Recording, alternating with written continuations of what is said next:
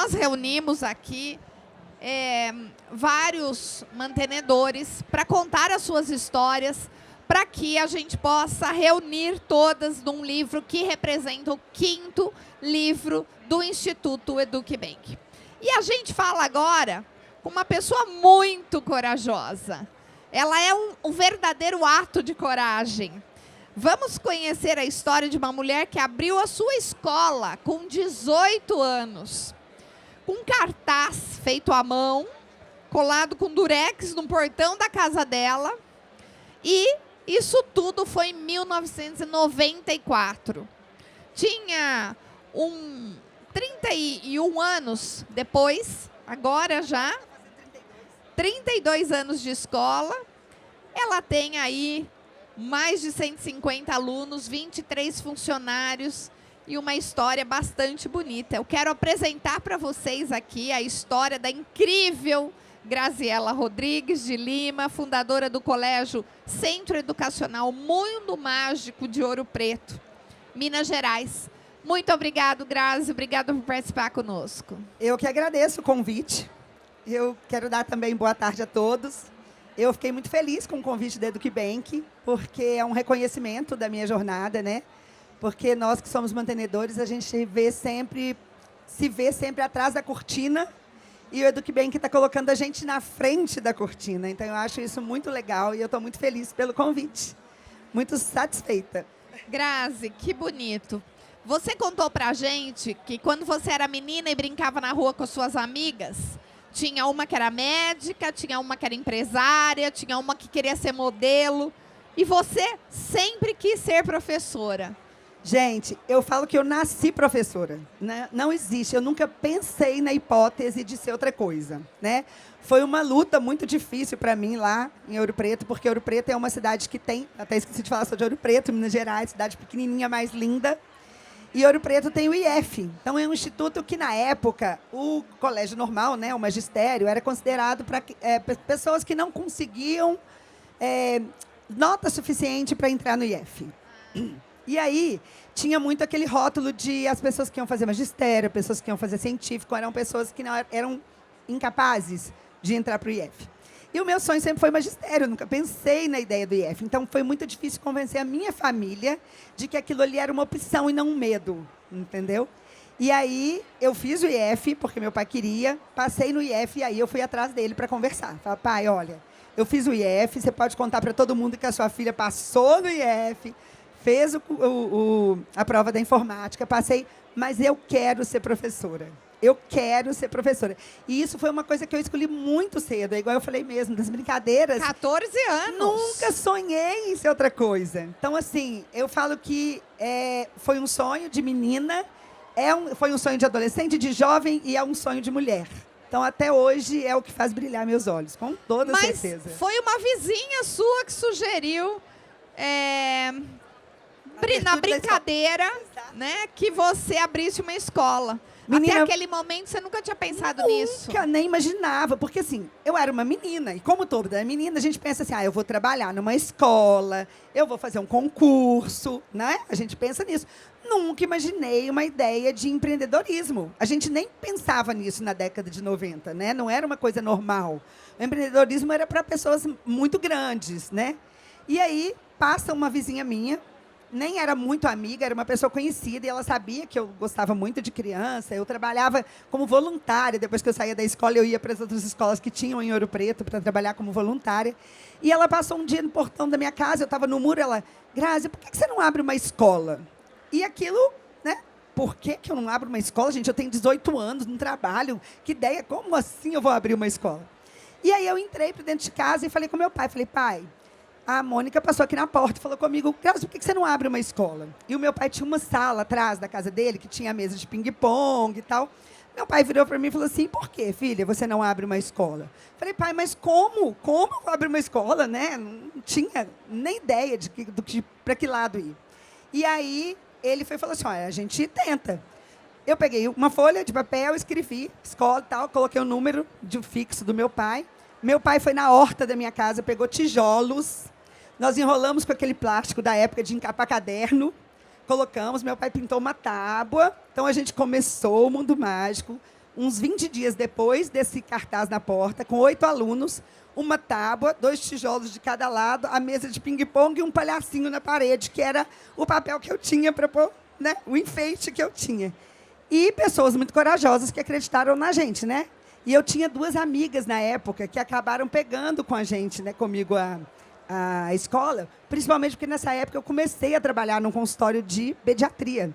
E elas começaram a escola e eu ia, era na minha casa, meu pai dando suporte, e eu ia esperando ver o que tinha acontecido. E eu lembro que era assim, de R$ 15 a gente recebia. E aí era 5 para mim, 5 para ela, 5 para ela. E meu pai mantinha o resto, pagava luz, pagava... Era muito bacana, gente. Foi uma brincadeira de criança, uma brincadeira de casinha que virou empreendedorismo. Realidade. Olha, que história bonita. Mas como é que foi o momento em que você percebeu que você precisava transformar essa brincadeira de criança realmente numa empresa de verdade? O que foi mais difícil mudar nos processos? Lara, foi... Aliás, na verdade, para mim, até hoje, aquilo ali é uma casa de família. Até hoje, as minhas meninas, as minhas professoras são minhas meninas. A tia Vânia, que agora está com 70 anos, trabalha lá comigo, foi quem cuidou de mim quando eu era criança. Então, aquilo ali ainda é, para mim, uma casa. Mas precisou se tornar uma empresa quando eu fui abrir o primeiro ano. Porque eu precisava de toda uma documentação por trás dos meninos, né? E aí eu fui procurar em Ouro Preto alguma forma de se abrir uma escola e ninguém tinha uma noção para me dar. E eu estava fazendo pós-graduação. Eu tinha feito filosofia, estava fazendo pós-graduação. E aí eu escrevi o meu trabalho de pós-graduação, manual de como se abrir uma escola particular, na época. Então, o que aconteceu? A minha procura por informações para abrir uma escola virou o meu trabalho de fim de curso. E aí, com isso, eu tive que aprender burocracias, e aí eu tive que aprender a mexer com papéis. Até hoje ainda é uma luta para mim. Burocracia ainda é um problema, porque eu gosto de sala de aula, eu gosto de criança. Lá na minha escola é aquele lugar que alguém fala assim, vai para a sala da diretora, aí os meninos vão felizes, e aí senta todo mundo em volta de mim. Ninguém tem medo da diretora. É assim, lá é assim. Muito dessa forma. Bom, em 2020 vem a pandemia, né? Essa história a gente já está repetindo aqui. Eu acho que todo mundo tem um episódio triste, diferente para contar, mas ao mesmo tempo, onde há dificuldades, podem haver oportunidades, né? E aí você entende que aprender não é só o desafio remoto, né? Mas é toda uma gestão que precisa ser feita. O que essa parceria entre liderança e ser educadora te ensinou nesse momento? A pandemia foi, para mim, um susto. Por quê? Eu sou do papel, né? Eu sou de uma geração que, apesar de ter começado lá no papel e ter parado no iPhone, no Android de última geração hoje em dia, não acompanhou. Eu não era de acompanhar essas coisas. Então, quando me disseram que eu ia ter que ter um computador para dar uma aula online, eu falei, acabou o mundo mágico. Não tem como, gente. Eu não tenho noção do que eu vou fazer. Só que Deus coloca anjos na vida da gente, né? E um ano e pouco antes, eu tinha contratado uma professora de inglês para a escola. O filho dela estudava lá comigo. E, nessa época, eu, desnorteada com tudo, ela vira para mim e fala assim, não, Grazi, essa parte de computador eu entendo. Pode deixar que eu entro com os pais, eu monto a sala, eu te ajudo nisso aí. Gente, eu carreguei a escola nas costas sozinha por 26 anos. Eu lembro das minhas professoras falando que era assim, eu sentada, cortando lembrancinhas de Dia das Mães e todas elas em volta, porque elas não eram professoras, elas eram minhas vizinhas, minhas amigas, né, que estavam ali fazendo parte da equipe. E aí, de repente, veio essa moça e falou assim, me dá aqui que eu vou resolver isso para você.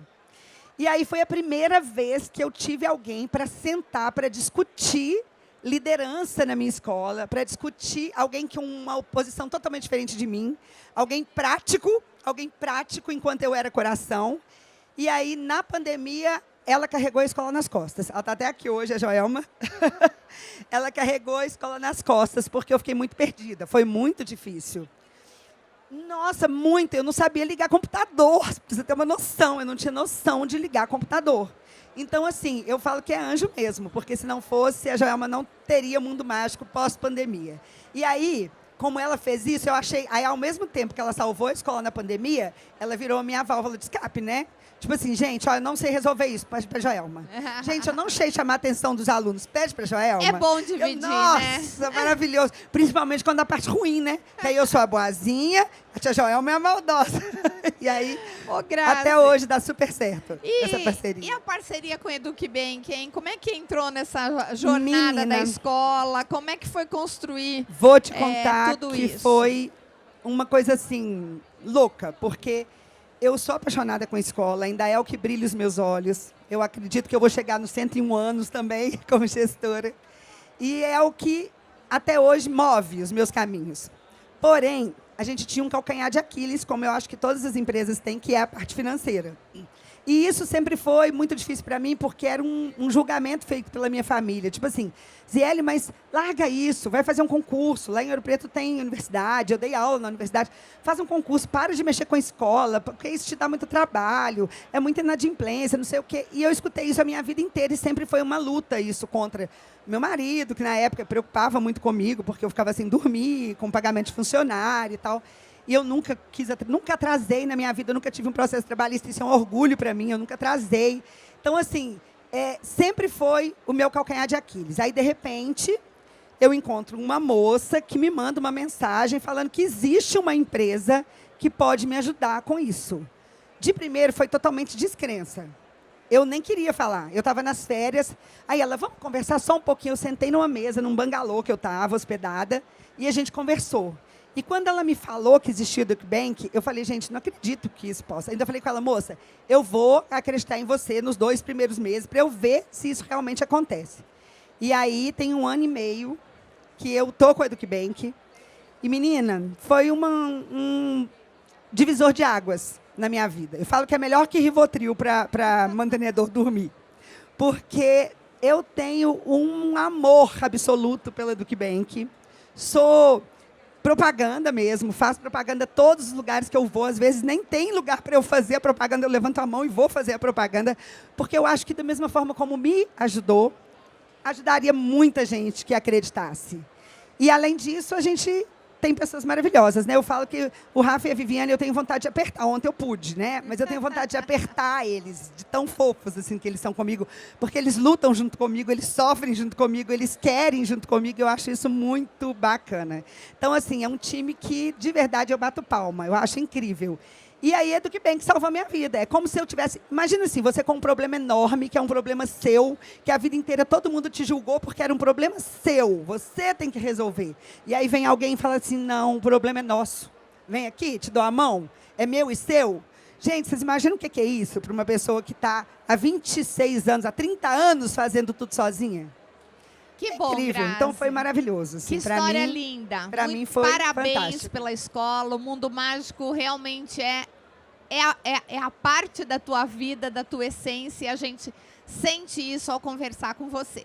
E, gente, encerramos aqui mais um episódio do Pode Falar Gestor, o podcast do EducBank, com a Grazi, que transmite aqui muita energia, muita alegria, e representa muito bem aqui os mantenedores do Brasil. Obrigada, Grazi. Uma alegria ter você. Uma alegria ter você aqui num dos capítulos. Qual é o seu? Com certeza, o meu 12. Capítulo 12. Quem tiver a oportunidade de ter o livro... Conhecer um pouquinho, tá aqui, capítulo 12 conta a história do Mundo Mágico. E eu que agradeço a vocês pela oportunidade. Adorei. Foi muito bacana. Muito obrigada. Uma boa tarde a todos. Até a próxima. Obrigada, gente. Até o próximo episódio.